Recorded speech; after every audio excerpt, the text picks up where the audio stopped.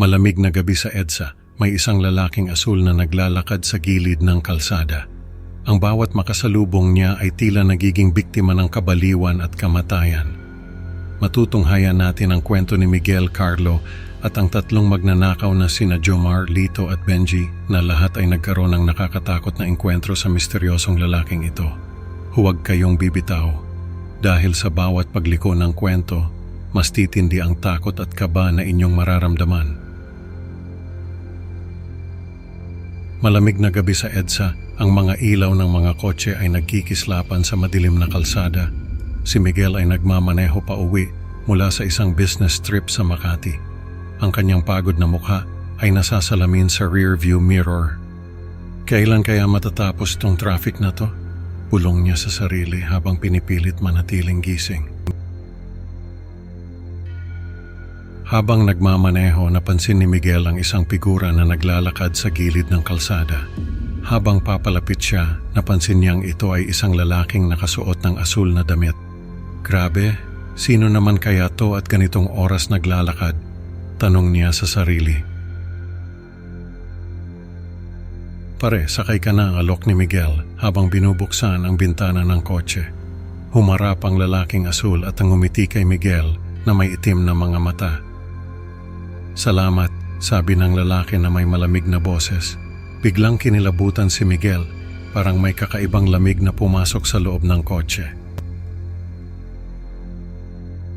Habang nag-uusap sila, napansin ni Miguel na parang may kakaibang lamig sa loob ng kotse. Nagsimula siyang kabahan at mapansin ang kakaibang amoy na parang bulok na kahoy.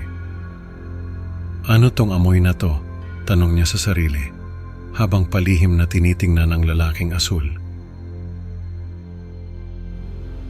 Nabigla si Miguel at mabilis na pinaharurot ang kotse pa uwi. Pagdating sa bahay, kinuha ni Miguel ang martilyo mula sa toolbox sa garahe at pumasok sa bahay. Ang kanyang mga mata ay puno ng takot at pagkabaliw. Ana, nasaan ka? Sigaw niya habang hawak ang martilyo.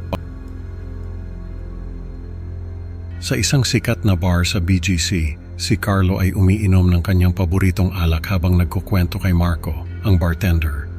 Ang mga ilaw ng bar ay kumikislap at ang musika ay malakas. Alam mo, Marco, minsan gusto ko na lang mag-quit sa trabaho, sabi ni Carlo habang iniinom ang kanyang alak. Tama na, Carlo. Sobra na yan, sabi ni Marco habang kinukuha ang baso ni Carlo. Galit na umalis si Carlo ng bar, nagmamaneho ng mabilis sa highway. Ano bang problema ng mga tao ngayon? Bulong niya habang pinipilit kalmahin ang sarili. Habang nagmamaneho, iniisip ni Carlo ang mga problema niya sa trabaho at personal na buhay. Hindi niya napansin ang bilis ng kanyang takbo. Kailangan ko na talagang magpahinga, sabi niya sa sarili, habang pinipilit manatiling gising. Habang nagmamaneho, muntik na niyang mabangga ang isang lalaking nakasuot ng asul. Huminto si Carlo at sinuri ang lalaki na hindi tumutugon. Ayos ka lang? Tanong ni Carlo habang tinitingnan ang lalaking asul. Humarap ang lalaking asul, ipinakita ang itim na mga mata at ngumiti. Sumigaw si Carlo at mabilis na pinaharurot ang kotse pa uwi. Sa bahay, sinubukan ni Carlo na linisin ang kanyang mga kamay ng paulit-ulit na parang may nakadikit na dumi na hindi maalis. Ano ba to? Bakit hindi matanggal? Tanong niya sa sarili habang patuloy na kinukuskus ang kanyang mga kamay. Makalipas ang isang taon, tahimik na si Carlo at gumagamit ng mga kawit upang uminom sa bar. Nagtataka si Marco kung ano ang nangyari kay Carlo. Ngunit hindi lang si Carlo ang nagkaroon ng kakaibang karanasan sa lalaking asul. Sa kahabaan ng highway, sina Jomar, Lito at Benji ay nagmamaneho habang nag-uusap tungkol sa kanilang mga plano. Pare, sigurado ka ba sa plano natin? Tanong ni Benji, medyo kinakabahan. Oo naman, easy lang ito, sagot ni Jomar na may kumpiyansa. Tahimik ang gabi at ang mga poste ng ilaw ay nagbibigay ng kaunting liwanag sa kalsada. Bigla nilang nakita ang isang lalaking nakasuot ng asul na naglalakad sa gilid ng kalsada. "Hold upin natin yan," mungkahi ni Jomar. "Ano? Sigurado ka ba dito, pare?" Tanong ni Lito, halatang nag-aalangan. Pero hindi na nagdalawang isip si Jomar.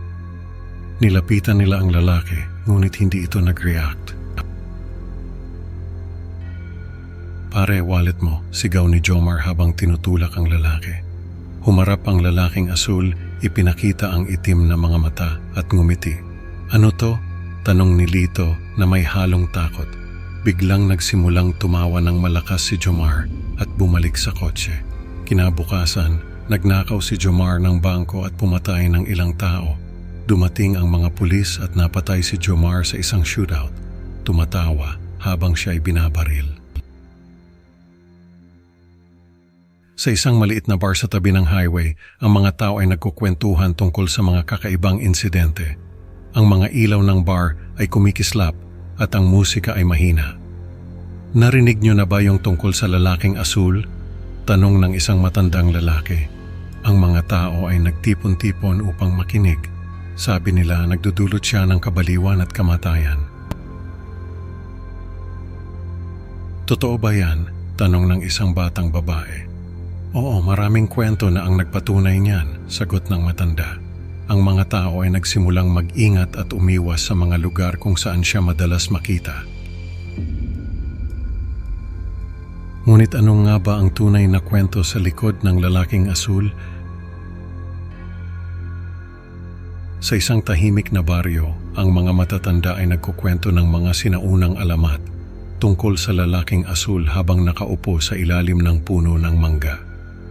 Ang hangin ay malamig at ang mga dahon ng puno ay dahan-dahang sumasayaw sa bawat ihip. May lumang awit tungkol sa kanya, sabi ng isang lola habang inaawit ang mga linya.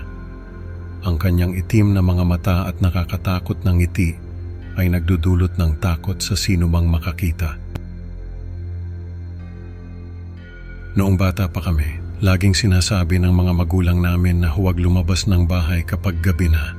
Dagdag ng isa pang matanda, ang kanyang boses ay puno ng pag-aalala. May mga nawawala noon at sinasabi nilang nakita nila ang lalaking asul bago sila nawala, kwento ng isa pang lola. Ang kanyang mga mata ay nagliliwanag sa takot. "Anong ibig sabihin ng awit na yan?" tanong ng isang bata. Ang kanyang mga mata ay puno ng kuryosidad at takot. "Babalayan, huwag kang makipag-ugnayan sa kanya," sagot ng lola. Ang kanyang boses ay seryoso at mabigat. Ang mga bata ay nakikinig ng mabuti, puno ng takot at pag-aalinlangan habang ang mga matatanda ay patuloy sa kanilang mga kwento.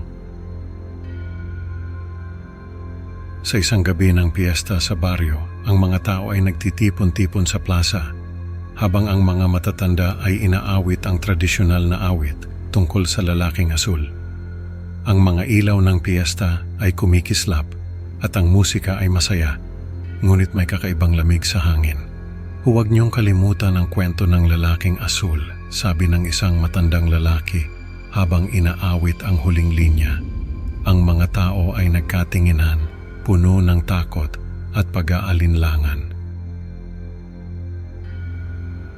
"Baka naman gawa-gawa lang yan," sabi ng isang binata, ngunit may halong kaba ang kanyang boses. Ang misteryo ng lalaking asul ay nananatiling buhay sa mga kwento at alamat na nagdudulot ng takot at pag-aalinlangan sa mga tao. Sa huli, ang lalaking asul ay nananatiling isang anino sa kalsada, naghihintay ng susunod niyang biktima.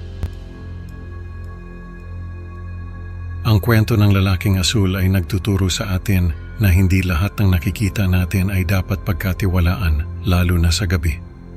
Salamat sa pakikinig, mga ka-Creepy Pinoy. Huwag kalimutang i-like at i-subscribe para sa mas marami pang kwentong katatakutan. Kita-kits sa susunod na upload. Tandaan, baka ang susunod mong makasalubong ay si lalaking asul. Paalam at mag-ingat.